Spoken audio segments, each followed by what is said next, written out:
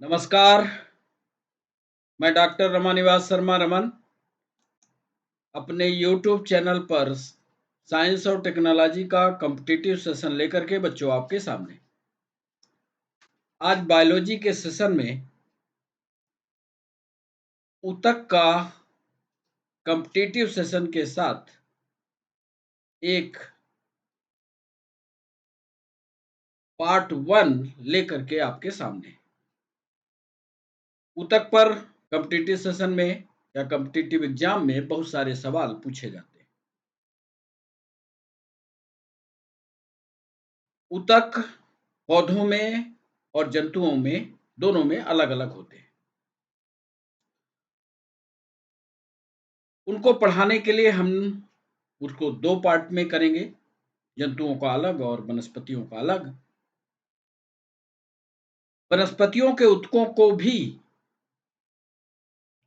अलग अलग पार्ट में आपको थोड़ा थोड़ा करके पढ़ाएंगे। उनमें कैसे सवाल बनते हैं ये भी आपको बताएंगे।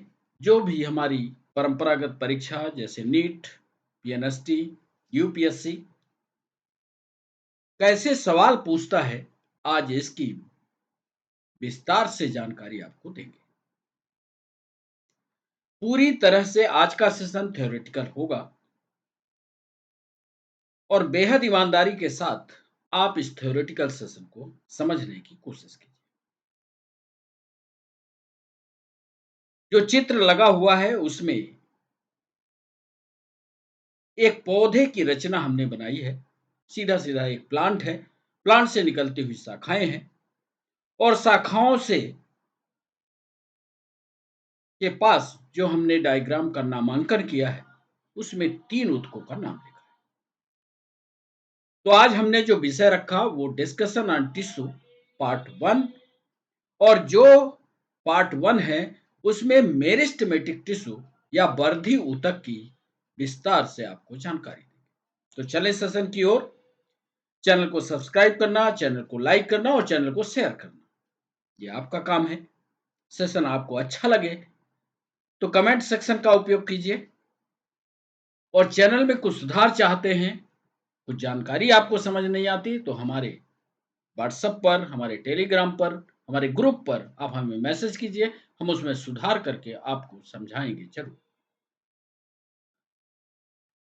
सबसे पहले आपको ये जानकारी दे दें कि हमारे साथ इंग्लिश मीडियम और हिंदी मीडियम दोनों तरह के बच्चे जुड़ते हैं। बच्चों की बहुत दिनों से शिकायत थी कि या तो हिंदी का हो जाता है या इंग्लिश का हो जाता है। आज हमने कोशिश की है कि हिंदी और इंग्लिश दोनों तरह के पीडीएफ आपको उपलब्ध हो जाए। इसलिए हिंदी वाले बच्चे और इंग्लिश वाले बच्चे दोनों हमारी बात को ध्यान से सुने और पीडीएफ में जैसा हमने तैयार किया है उसी तरह का नोट्स बनाने की कोशिश करें। सबसे पहले ऊतक होता क्या है या ऊतक तंत्र क्या है, इसकी परिभाषा हमने लिखी।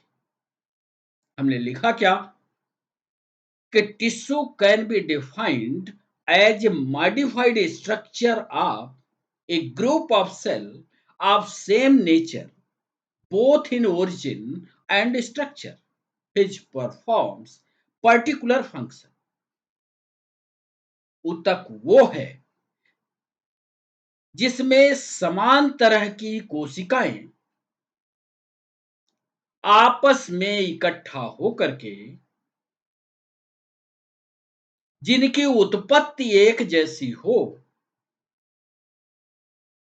एक निश्चित कार्य को पूर्ण करती है। यह इसकी हिंदी हुई। आगे हिंदी का भी पीडीएफ हमने लगाया है। और जरा चित्र को भी ध्यान से देखिए।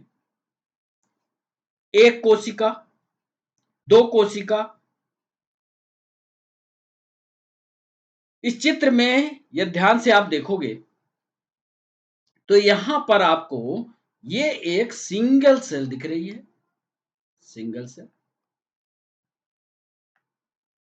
ये दूसरी सेल दिख रही है, ये तीसरी सेल दिख रही, ये चौथी सेल दिख रही, ये पांचवी सेल दिख रही, इसी तरह से ये छठवीं सेल दिख रही। और हमने परिभाषा क्या लिख दी, यदि कोशिकाएं बहुत सारी एक साथ इकट्ठी हो जाएं उसी को साहब ऊतक कहते हैं। तो हमने इस चित्र में यह तय कर दिया कि जो चित्र बना हुआ है, आपके सामने दिख रहा है, यह ग्रुप ऑफ सेल है, इट मीन्स ये ऊतक है। अब आपको ऊतक की परिभाषा समझ में आ गई होगी कि ऊतक कुछ नहीं, सिर्फ कोशिकाओं का एक समूह। कोशिका के संबंध में विस्तार से जानकारी इसके पहले वाले वीडियो में आपको मिल चुकी है। कोशिका क्या होती है? अब ये बहुत सारे ऊतक जब इकट्ठे हो जाते हैं तो एक पर्टिकुलर काम को पूरा करते हैं, एक पर्टिकुलर काम करते हैं, एक निश्चित काम करते हैं। और यदि मान लो ये ऊतक इकट्ठे हो जाए, जैसा कि हम साइंस में पढ़ते हैं, साइंस में पढ़ते हैं कि कोशिका जीवन का आधार है या किसी जीव की सेल जो है बेसिक यूनिट है।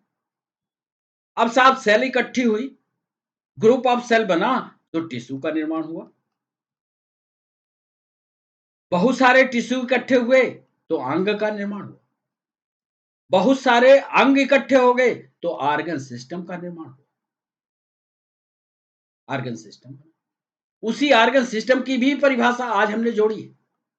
आप चित्र में ध्यान से देखिए, हमने ऑर्गन सिस्टम पर लिखा a group of tissue form a organ of the animal which in turn make the organ system. बहुत सारे टिश्यू इकट्ठे हुए तो एक अंग का निर्माण। अब एक अंग की बात कैसे आपको समझ आए? एक अंग में जैसे मान लीजिए हमारा हाथ है, तो ये हमारे हाथ का निर्माण बहुत सारे ऊतकों के इकट्ठा होने के कारण निर्मित हुआ है। उन ऊतकों की आगे हम व्याख्या करेंगे, आपको समझाएंगे। और जब ये हाथ हमारा काम करता है तो एक पर्टिकुलर काम करता है। जैसे किसी को पकड़ना हो तो ऊतकों का समूह हुआ ना, कई ऊतकों का समूह एक साथ पकड़ने की कोशिश किया, एक पर्टिकुलर काम हुआ। इस तरह से ये परिभाषा पूरी तरह से हर लाइन को हमने समझा करके आपके सामने रखा। फिर से एक बार पढ़ लीजिए कि tissue can be defined as a modified structure of group of cell of same nature both in origin and structure which perform a particular function। UPSC ने एक बार सवाल पूछा कि ऊतक की आप परिभाषा लिखिए, तो ऊतक की परिभाषा यूपीएससी वाले बच्चे लिखें और वो बच्चे इंग्लिश मीडियम पर हों तो इसी परिभाषा को लिखें कि tissue can be defined as a modified structure of a group of cell of same nature both in origin and structure which performs a particular function. कहीं भी फुल स्टॉप डिफिनेशन लिखते समय ध्यान रखिएगा, कहीं भी बीच में फुल स्टॉप नहीं होना चाहिए, वही डिफिनेशन कहलाती है। यूपीएससी वाले बच्चे इसका ध्यान रखें, लिखते समय सवाल परिभाषा को एक कंटिन्यूअस लाइन में लिखें या एक वाक्य में लिखें। चलिए दूसरे पेज पर चलते हैं। हिंदी वाले बच्चे देखो, हमने लिखा ऊतक क्या है। सीधा सा सवाल, ऊतक कोशिकाओं का समूह होता है। समझाया भी उधर, जिसमें कोशिकाओं की संरचना, अब देखो जरा, इसमें कोशिकाओं की संरचना, इस चित्र में ध्यान से देखो, इस चित्र में यह संरचना सबकी समान है कि नहीं है? ध्यान से देखो, इसमें संरचना जिस रंग में ये दिख रही है उसी रंग में ये दिख रही है, पहली वाली जिसमें दिख रही है उसी में ये वाली भी दिख रही है, जिसमें पहला नंबर जैसे दूसरा नंबर है। हमने हिंदी वाले में लिखा जिसकी संरचना, उत्पत्ति और कार्य एक समान होते हैं, वही तो ऊतक है। एक बार सवाल मध्य प्रदेश पीएससी ने पूछा कि जो बहुकोशिकीय जीव हैं, यानी ऐसे जीव जिनका शरीर बहुत सारी कोशिकाओं से मिलकर के बना होता है, उनके शरीर में ऊतकों का उपयोग क्या होता है? प्रश्न लिखते समय या जवाब देते समय बच्चा उसका उपयोग लिखना था, ध्यान दीजिएगा। उसका भी जवाब हमने यहां लिखा कि बहुकोशिकीय जीवों में ऊतक संरचनात्मक शक्ति, स्ट्रक्चरल पावर तथा यांत्रिक शक्ति प्रदान करते हैं, मैकेनिकल पावर देते हैं। मान लो ऊतक ना होते तो क्या ये हमारा हाथ ऐसे-ऐसे होता? नहीं हो सकता। कोशिकाओं का समूह ना होता तो हाथ को हम ऊपर नीचे न कर पाते। साथ ही ऊतक न होता तो हाथ हमारा क्या काम करेगा, पैर हमारा क्या काम करेगा, कान हमारा क्या काम करेगा, आंख हमारी क्या काम करेगी, कुछ नहीं न होता। यानी श्रम का विभाजन न होता, डिवीजन ऑफ लेबर न होता। तो बहुकोशिकीय जीवों में ऊतक संरचनात्मक शक्ति देता है, यांत्रिक शक्ति प्रदान करता है तथा श्रम विभाजन भी करता है। और यदि ऊतक मजबूत हुए, अधिकतम ऊतक हुए, तो हम अपने शरीर से अधिक कार्य कर सकते हैं। यही चीज मध्य प्रदेश पीएससी में पूछा था, इसलिए वो भी जवाब लिख दिया है। जो नेट वाले बच्चे हैं या जो 12th की तैयारी कर रहे हैं, 12th की परीक्षा देने जा रहे हैं, यदि उनके सामने कभी ऐसा सवाल आए कि बहुकोशिकीय जीवों में ऊतकों का क्या उपयोग है या फंक्शन ऑफ टिश्यू क्या है, तो ये भी काम करेगा। बहुकोशिकीय जीवों में ऊतक संरचनात्मक शक्ति तथा यांत्रिक शक्ति प्रदान करते हैं, श्रम विभाजन करते हैं। एक ही लाइन में लिखा है, they provide the structural power, they provide the mechanical power, they provide the division of labor। ये सारे 3-4 कार्यों को एक ही क्रम में व्यवस्थित करके आपको दे दिया। तो नोट्स बनाते समय इसका ध्यान रखिए और लिख लीजिए, नोट्स बढ़िया बनेगा। अब आते हैं कि पौधों में और जंतुओं में ऊतकों की एक सामान्य जानकारी आपके दिमाग पर हो जाए, इसके लिए ये पन्ना लगाए, वो भी हिंदी में लगाए, आगे अंग्रेजी में भी समझाएंगे। किसी जीव के शरीर में कोशिकाओं का समूह ऊतक है, लिखा हमने, the group of cell that is called tissue, which is same in origin and they work या दे परफॉर्म सेम वर्क। अधिकांशतः ऊतकों का आकार और आकृति समान होती है, they have similar shape and size. परंतु कभी कभी कुछ ऊतकों में आकार और आकृति में असमानता भी आती है। ध्यान रखिएगा, हमेशा आकार और आकृति समान हो ये जरूरी नहीं है। एक बार नेट में सवाल पूछा था कि क्या सभी ऊतक जो एक समान कार्य करते हैं क्या आकार और आकृति में समान ही होते हैं? क्या आकार और आकृति में असमान हो सकते हैं? क्या दोनों ए और बी कथन सही हैं?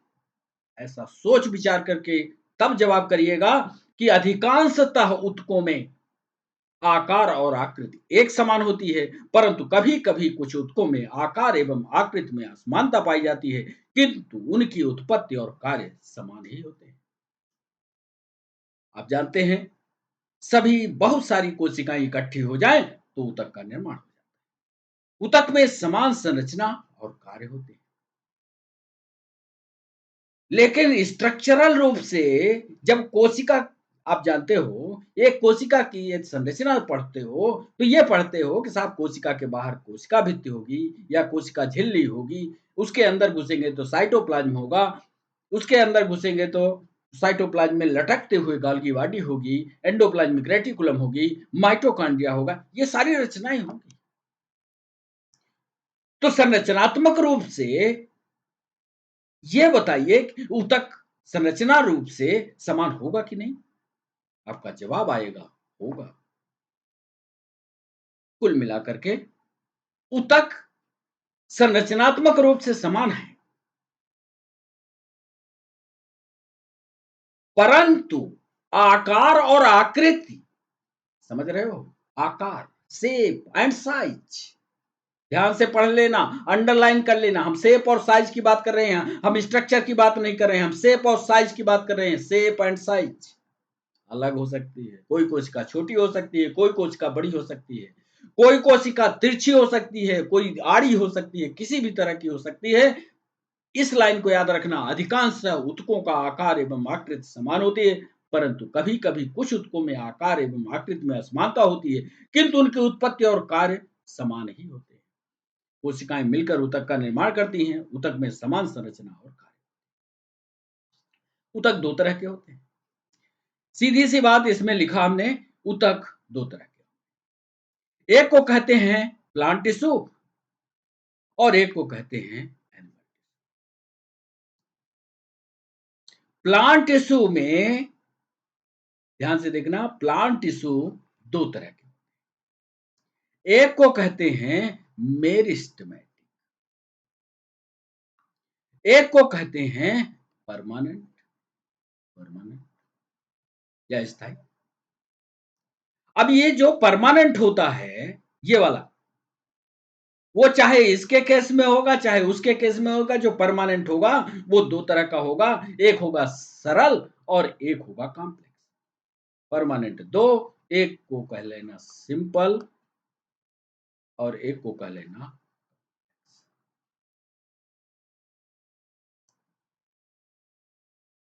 जंतु ऊतक जो होते हैं, हिंदी वाले बच्चे, उपकला ऊतक, इसकी भी अंग्रेजी यहां बता देते हैं, हालांकि अंग्रेजी का पीडीएफ आगे लगा हुआ है। इसको यहां बता देते हैं इपीथीलियल टिश्यू, इपीथीलियल। इसको कहते हैं कनेक्टिव टिश्यू, कनेक्टिव टिश्यू, संयोजी ऊतक। इसको कहते हैं मस्कुलर टिश्यू, मस्कुलर टिश्यू, और इसको कहते हैं नर्वस टिश्यू, तंत्रिका। अब ये आपको याद करने में कोई दिक्कत नहीं। आपको बताना है कि जीवों में दो तरह के ऊतक पाए जाते हैं, एक होता है पौधों का ऊतक, एक होता है जंतुओं का ऊतक। पौधों के ऊतक में दो तरह के ऊतक होते हैं, एक कहलाता है विभाज्योतिकी ऊतक, एक कहलाता है स्थायी ऊतक। विभाज्योतिकी ऊतक फिर आगे बताएंगे कि कितने प्रकार का होता है। स्थायी ऊतक दो प्रकार का होता है, एक सरल होता है, एक जटिल होता है। जंतु ऊतक जो होते हैं वो चार प्रकार के होते हैं, एक को कहते हैं उपकला ऊतक, दूसरे को कहते हैं संयोजी ऊतक, तीसरे को कहते हैं पेशी ऊतक और चौथे को कहते हैं तंत्रिका। हिंदी वालों के लिए सरल हुआ, नोट्स बनाइएगा इसको। अब हम बात करते हैं मेरिस्टेमेटिक टिश्यू। मेरिस्टेमेटिक टिश्यू का मतलब है विभाज्योतिकी ऊतक।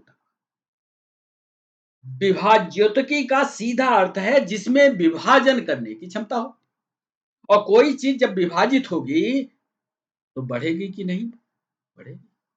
मान लो ये उंगली है, इसमें लगातार विभाजन होते जाए तो अभी इतनी बड़ी है फिर इतनी बड़ी हो जाएगी। कोई पौधा कैसे बड़ा होता है, कैसे लंबाई पकड़ता है, ये तो आप जानते हैं, इससे बढ़ता होगा विभाज्योतिकी। कोई पौधा मोटा हो तो चौड़ाई तो बढ़ेगी, इससे बढ़ता होगा मेरिस्टेमेटिक से। ये सारी चीजों को हमने इसमें किया।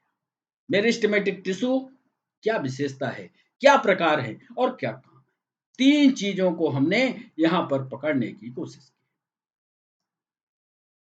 यहां पर हमने तीनों चीजों को पकड़ा, एक तो इसके लक्षण लिए, एक इसके प्रकार लिए और साथ में इसके कार्यों को लिया, साथ में कार्यों को लिया।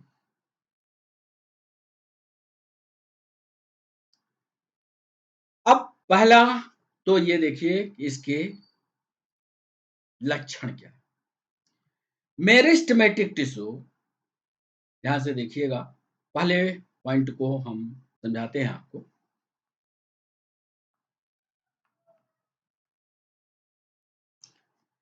Meristematic tissue is a group of cell that has a power of continuous division. वर्धी ऊतक कोशिकाओं का वह समूह है जिसमें लगातार विभाजन की क्षमता होती है, लगातार विभाजन की क्षमता। सरल है। दूसरा इसमें महत्वपूर्ण जोड़ा कि cells are immature and young. इसकी जो कोशिकाएं होती हैं अपरिपक्व और जवान होती है, अपरिपक्व और जवान होती है। तीसरा लिखा, meristematic tissue is commonly called as meristem. Meristematic tissue को सामान्य रूप से वर्धी कहते हैं। वर्धी, वर्धी। जो गांव से जुड़े हुए बच्चे होंगे उसमें जो चना के खेत में जाते होंगे और चना का ऊपरी हिस्सा निकाल लेते हैं और फिर सब्जी उसकी बनती है, वो जो ऊपर वाला हिस्सा है जिसको आप काट करके ले आते हो, वो वाला हिस्सा वो वर्धी है। वही तो बढ़ रहा था। और जब वो टूट जाता है तो साइड से शाखाएं निकलती हैं। इसकी विशेषता देखो मेरिस्टेमेटिक टिश्यू की, कि मेरिस्टेमेटिक टिश्यू कोशिकाओं का एक समूह है जिसमें लगातार विभाजन की क्षमता होती है। मेरिस्टेमेटिक टिश्यू में जो कोशिकाएं होती हैं अपरिपक्व होती हैं और यंग होती हैं। मेरिस्टेमेटिक टिश्यू को सामान्य रूप से वर्धी ऊतक कहा जाता है। शेप ऑफ सेल कैसी होती है, ये नीट में सवाल पूछा। इसकी जो कोशिकाएं होती हैं ये ओवल होती है, एक गोलाकार होती हैं, दो पॉलीगोनल होती हैं, बहुत कोणीय होती हैं, तीन अथवा रेक्टेंगुलर होती हैं, चार। चार लक्षण होते हैं इन कोशिका, चारों याद रखना। जो वर्धी ऊतक की कोशिकाएं होती हैं, ये पीएनएसटी में भी सवाल पूछा है। जो वर्धी ऊतक की कोशिकाएं होती हैं गोलाकार होंगी, अंडाकार होंगी, बहुकोणीय होंगी या रेक्टेंगुलर होंगी। पढ़े रहना। हमेशा याद रखना ये कोशिकाएं आकार में छोटी होंगी। पीएनएसटी ने सवाल पूछा, क्या वर्धी ऊतक की कोशिकाओं के बीच में जगह होती है? मीन्स क्या दे हैव इंटरसेलुलर स्पेस? क्या दो कोशिकाओं के बीच में गैप होता है? आपका जवाब होगा कोई गैप नहीं। याद रखना, इस प्रश्न को भी याद रखना। जब ये हमारे सारे सेशन पूरे हो जाएंगे तो इसमें कम से कम 50 सवाल हम इकट्ठा करके आपसे पूछेंगे। तो इंटरसेलुलर स्पेस नहीं। महत्वपूर्ण पॉइंट है, इन महत्वपूर्ण पॉइंट को याद करना, नोट्स बनाना। सेल वॉल कैसी होती है, एक विशेषता ये भी है। पौधा है और जब बाल की बात कर रहे हैं यानी दीवार की बात कर रहे हैं तो इसमें बेझिझक लिखिएगा। कोई भी पूछे कि मेरिस्टेमेटिक या वर्धी ऊतक की कोशिका भित्ति किससे बनी होगी, आप जवाब दीजिएगा ये सेल्यूलोज की बनी। नाभिक कैसा होता है? लगातार विभाजन की क्षमता है।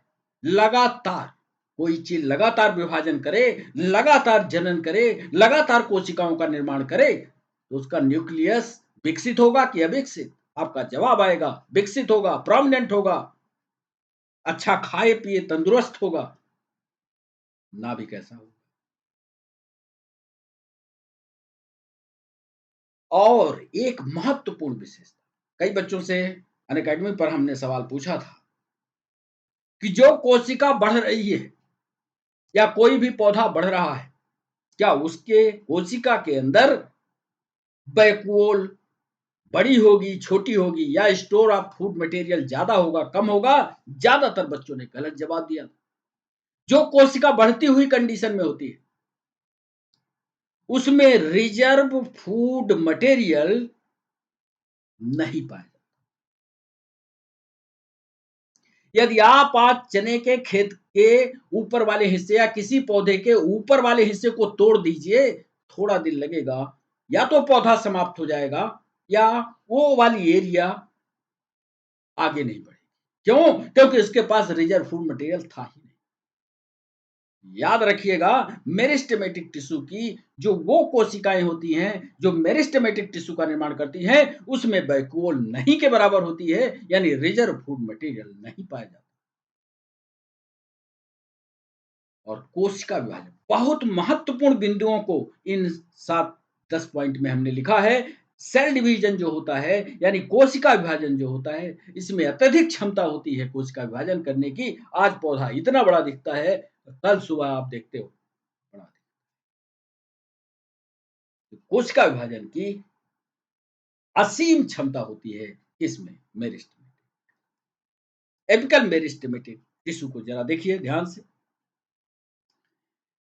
इस एपिकल मेरिस्टेमेटिक वाली एरिया में जरा देखिए इसको, इसकी कोशिकाएं जितनी विशेषताएं हमने बताई है, ये कॉम्पैक्ट है। कोई भी आपको खाली स्थान कोशिका के बीच में दिख रहा है?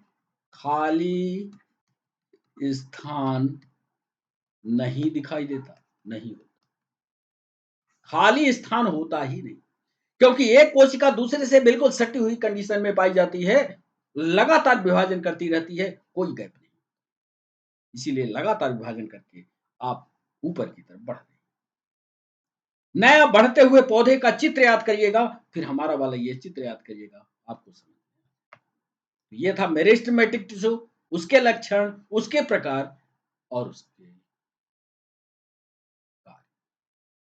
इसमें ज्यादातर सवाल नीट में, ज्यादातर सवाल पीएनएसटी में, कुछ सवाल यूपीएससी में भी आए। उन सभी को हमने टू द पॉइंट इसमें शामिल किया है। ईमानदारी से आप चित्र के माध्यम से मेरिस्टेमेटिक टिश्यू को हम आपको दिखाते हैं। एक पौधा है, इस पौधे को हमने बनाया। स्वाभाविक रूप से इस पौधे में ये रूट वाला होगा, ये रूट वाला हिस्सा है, रूट ये तना वाला हिस्सा होगा, और तने वाले से ये शाखा वाला हिस्सा होगा, और ये तना वाला होगा। अब ये तो इतना पढ़ने के बाद आप बता ही सकते हो कि साहब जो ऊपर की तरफ जा रहा है वो मेरिस्टेमेटिक है, वृद्धि है, जो लंबाई की ओर ऊपर की तरफ बढ़ता जा रहा है वो मेरिस्टेमेटिक। और मेरिस्टेमेटिक भी अब यहां तय करना पड़ेगा कि मेरिस्टेमेटिक जो टिश्यू होते हैं वो तीन प्रकार के होते हैं। एक को कहते हैं एपिकल, दूसरे को कहते हैं इंटरकैली, तीसरे को कहते हैं लेटरल। चित्र के माध्यम से हिंदी निकाल लो आप। एपिकल माने अग्रस्त, ये देखो टुंडी में बिल्कुल आगे, देख रहे हो, ये वाला एपिकल। इंटरकैलरी माने बीचों बीच, जहां से पत्ती निकलती है, जहां से डाल निकलती है, ये देख लो नीला वाला दिख रहा है। और फिर चले आओ तो ऊपर से नीचे जैसे जैसे आते जाओगे तो इसकी मोटाई बढ़ाने वाला भी पास मिल गए। तो मेरिस्टेमेटिक टिश्यू तीन प्रकार के होंगे: apical meristematic tissue, intercalary meristematic tissue और lateral meristematic tissue. Competitive exam वाले आपसे सवाल पूछते हैं, सवाल ये पूछते हैं कि लेटरल मेरिस्टेमेटिक टिश्यू क्या करता है, what is the function of lateral meristematic. आपको बताना है दे इंक्रीज द ग्रेथ, ये सिर्फ और सिर्फ किसी पौधे की चौड़ाई बढ़ाने में मदद करते हैं। अभी कोशिकाओं का प्रकार नहीं बता रहे। इंटरकैलरी क्या करते हैं, ये नोड और इंटरनोड की ग्रोथ को बढ़ा देते हैं, मतलब डाल बढ़ाना हो, पत्ती बढ़ाना हो, शाखा बढ़ाना हो, प्रशाखा बढ़ाना हो, इसका काम है इंटरकैलरी का। चित्र देख लो, एक बार ये चित्र देखे कभी आपको उतक भूलने वाला नहीं। और जो बिल्कुल टुंडी पर ऊपर की तरफ है दैट इज अग्रस्त, that is called apical meristematic, that increase the height. ये सिर्फ और सिर्फ लंबाई को बढ़ाता है, लंबाई बढ़ाने वाले को एपिकल मेरिस्टेमेटिक, शाखाओं को बढ़ाने वाले को इंटरकैलरी, और चौड़ाई बढ़ाने वाले को लेटरल मेरिस्टेमेटिक। एक और चित्र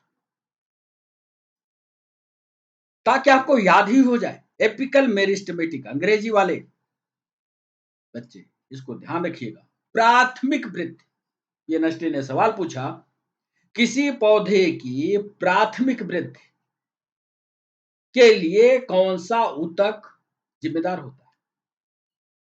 याद रखिएगा, प्राथमिक वृद्धि का मतलब होता है पौधे की लंबाई का बढ़ना। ये जब ग्रोथ का चैप्टर हम आपको पढ़ाएंगे तो प्राइमरी, सेकेंडरी, टर्शियरी, ये ग्रोथ क्या होती है इस पर विस्तार से आपको समझाएंगे। प्राइमरी ग्रोथ का मतलब है लंबाई में बढ़। अब आप बता दीजिए, जब हम आपको बता दिए कि प्राथमिक ग्रोथ का मतलब है एपिकल मेरिस्टेमेटिक, एपिकल मेरिस्टेमेटिक का मतलब है लंबाई में बढ़ाने वाला, तो प्राइमरी ग्रोथ के लिए जिम्मेदार कौन होगा? Apical meristematic. दूसरा सवाल नीट ने पूछा कि एपिकल मेरिस्टेमेटिक टिश्यू जड़ में पाया जाता है कि तने में कि दोनों में? तो आपका जवाब आना चाहिए था कि जड़ में भी होगा साहब, तने में भी होगा। क्या जड़ नहीं बढ़ती लंबाई में? बढ़ती है। जमीन फाड़ देती है, जमीन को फाड़ते हुए पता नहीं पाताल लोक में चली जाती है, यानी लंबाई उसकी भी बढ़ती है, तने की भी बढ़ती है। तो जड़ और तने दोनों। अब ये मेरिस्टेमेटिक तने में है, जड़ में है, नई नई पत्तियों के निर्माता हैं। जब ये बढ़ रहा होता है तो देखते जाइए। Lateral meristematic, lateral meristematic, lateral meristematic क्या कर रहा है? कास्ट सेकेंडरी ग्रोथ, जिसको द्वितीयक वृद्धि कहते हैं। द्वितीयक वृद्धि को गिन करके पौधा कितना पुराना है, ये हम गिन करके, वार्षिक वलय को गिन करके ये पता कर लेते हैं। किसी भी पौधे में कैम्बियम का निर्माण करना हो, किसी भी पौधे में छाल का निर्माण करना हो, लेटरल मेरिस्टेमेटिक है। पार्श्व वाला ये उधर कर चुके। लेटरल मेरिस्टेमेटिक का ये, एक तो ये दो चीजों को ध्यान रखना है। दो चीजों में सबसे पहले तो ये आपको ये याद रखना है कि जड़ में भी, यानी जड़ में होगा एक, और एक चीज ये ध्यान रखना है कि तने के ऊपरी हिस्से में होगा। लेटरल मेरिस्टेमेटिक को, अभी इंटरकैलरी की बात नहीं करी, लेटरल मेरिस्टेमेटिक हमने आपको बताया कि चौड़ाई में वृद्धि करता है। हमने इसको काट करके अलग कर लिया। ये देखिए, ये मोटा दिख रहा है ना, इसकी तुलना में, इसकी तुलना में ये मोटा दिख रहा है, यानी इसकी चौड़ाई बढ़ रही। तो ये चौड़ाई जो बढ़ती है, यहां पर एक रिंग बनती है, that is called cambium ring. यही कैम्बियम रिंग को गिनते हैं। पौधा कितना पुराना है, एक साल में एक बनती है, तो मान लीजिए 20 साल का पुराना, तो 20 साल 20 कैम्बियम रिंग बनेगी। इससे हम पता कर लेते हैं कि पौधा 20 साल पुराना। अब एक की बात और हम आपको समझाएंगे कि इंटर कैलोरी करता क्या है, बड़े सरल भाषा में उसको समझाएंगे। पहले इंटर कैलोरी समझा दें। इंटर कैलोरी को ध्यान से आप देखिए। मेरिस्टेमेटिक टिश्यू को, यह है मेरिस्टेमेटिक टिश्यू। मेरिस्टेमेटिक टिश्यू को हमने 3 भागों में बांटा है। सीधी सी बात, 1 2 3। 1 और 2 की जानकारी हमने उधर दे दी, दी है कि नहीं? ये देखिए, एपिकल और लेटरल दिया। इंटर कैलोरी की इधर देते हैं और उसका चित्र भी लगाया है। इंटर कैलोरी में अकर्स बिटवीन मैच्योर टिश्यू, ये पाई जाती है परिपक्व ऊतकों के बीच। अब एक पौधा ऐसे बढ़ रहा है, हमारी हमारे हाथ को देखो, ये पौधा ऐसे बढ़ रहा है। अब ये बढ़ रहा है तो ऊपर जा रहा है, तो ये एपिकल मेरिस्टेमेटिक। अब यहां से कोई शाखा निकलने वाली है या पत्ती निकलने वाली है, तो यहां से जब पत्ती निकलेगी, तो जब ये ताकतवर हो जाएगा तभी तो इसकी डाल निकलेगी या पत्ती निकलेगी। यानी सबसे पहली बात, अकर्स बिटवीन मैच्योर टिश्यू, ये पाया जाता है परिपक्व ऊतकों के बीच। Regenerate the parts removed by grazing animals and grasses. जब एक चारागाह का अंदाजा करो आप, एक चारागाह में जानवरों को छोड़ दिया, जानवर गया तो एपिकल मेरिस्टेमेटिक वाले टिश्यू को, पूरी एरिया को खत्म कर दिया, यानी ऊपर वाले हिस्से को खा लिया।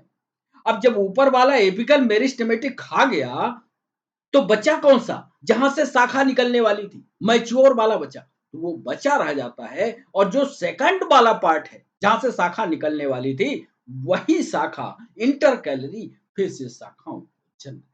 चने के केस को याद रखें।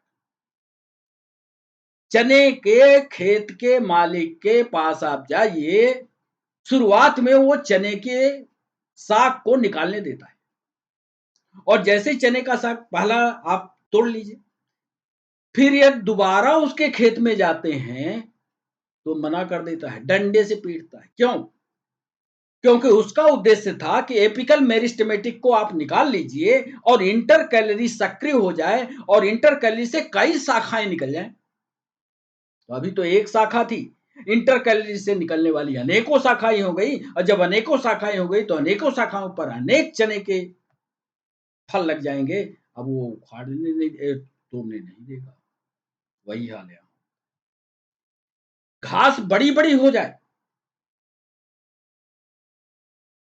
और यदि उसको सघन करना है बच्चों, तो सघन करने के लिए एक बार घास को काट दिया जाए। गांव वाले बच्चे इसको अच्छी तरह से समझते होंगे। घास को एक बार काट दिया जाए तो वो एरिया, वो ग्रासलैंड घास से भर जाता है। क्यों? ये इंटरकैलरी। ये देख लीजिए, वो उसके नोट्स, जिसको पर्व और पर्व संधियां कहते हैं, वो सक्रिय होते हैं और वहीं से कई शाखाएं एक साथ निकल करके नए पौधे। एपिकल को यहां भी लिखा है, इसको भी पढ़िएगा। Occurs in shoot and root tip, ये तने के टिप पर और जड़ के टिप पर। Produce primary tissue, root apical meristem shoot. Lateral क्या करता है? Mature regions of shoot and root called secondary meristem, fascicular, vascular, cambium, inner, ये सब। इसका नोट्स बढ़िया बनाइएगा ताकि आपको याद। हाथ से भी हमने लिख दिया और इसको विस्तार से क्रम से आपको पढ़ाते चले। प्लांट टिश्यू यानी पौधों के जो ऊतक होते हैं, इनको यदि आप ध्यान से देखेंगे तो प्लांट टिश्यू जो होता है, इसको कागज पर जैसे हमने लिखा है ऐसे आप भी बनाइएगा। प्लांट टिश्यू दो भागों में बटे होते हैं, नंबर एक, नंबर दो। अभी आपकी पढ़ाई सिर्फ यहां से चल रही है, मेरिस्टेमेटिक यानी वर्धी ऊतक से चल रही है। वर्धी ऊतक तीन प्रकार के होते हैं, जिसकी बात आज हमने कर ली। एक, दो और तीन। एपिकल, इंटरकैलरी और लेटरल। एपिकल, इंटरकैलरी और लेटरल, इसकी बात आज हो चुकी। प्लांट टिश्यू जो दो प्रकार का था, मेरिस्टेमेटिक और परमानेंट, इसमें मेरिस्टेमेटिक वाला पार्ट आज हमने कर दिया। अब इस पर आप गहन अध्ययन करिए, पढ़िए, इसको नोट्स बनाइए, सवाल तैयार करिए और सीधा सवाल आप हमसे पूछिए। जब हम इसका दूसरा पार्ट लाएंगे तो इस पर परमानेंट टिश्यू कितने प्रकार के होते हैं ये बताएंगे। आप पढ़िएगा इसको कि जो स्थायी ऊतक होते हैं वो दो प्रकार के होते हैं, एक सरल होता है, एक कठिन होता है। एक सरल और एक कठिन।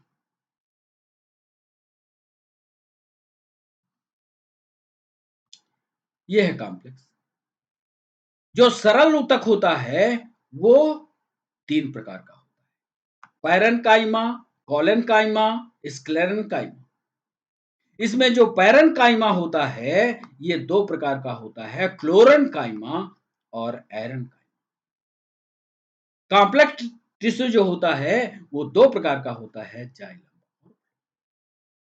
ये जो डायग्राम हमने खींचा है, जो हाथ से लिखा है, ये आपको याद है। इसकी बार बार प्रैक्टिस कर लीजिएगा, कभी नहीं। तो प्लांट टिश्यू की प्राइमरी जानकारी, पहला पार्ट मेरिस्टेमेटिक टिश्यू के बारे में यहीं पर पूरा करते हैं और अब इस सेशन को यहीं पर। बच्चों, मेरिस्टेमेटिक टिश्यू के बारे में शुरू से लेकर के अंत तक कोई चीज ऐसी हो जिसको आप ना समझे हो, चाहे पीएससी वाले हों, चाहे यूपीएससी वाले हों, चाहे नीट वाले हों, पीएनएसटी वाले हों, थ्योरी को गंभीरता से अंदर घुस करके पढ़ लीजिएगा। किसी भी परीक्षा में सरल सवाल अब नहीं आते। हर उस लाइन को छूने की कोशिश कीजिएगा, चाहे आंसर राइटिंग कर रहे हो आप, चाहे नोट्स बना रहे हो, पढ़िएगा। कोई चीज ना समझ में आती हो तो कमेंट सेक्शन में हमें आप बताइएगा, हम उसका सलूशन निकाल करके आपको। आप हमारे साथ जुड़े, इसके लिए सभी बच्चों का बहुत बहुत शुक्रिया। कैसा रहा सेशन? कैसा लगा आपको? ये ज़रूर आप कमेंट सेक्शन में लिखिएगा। फिर मिलते हैं नए वीडियो से। तब तक के लिए बच्चों, बाय-बाय। नमस्कार।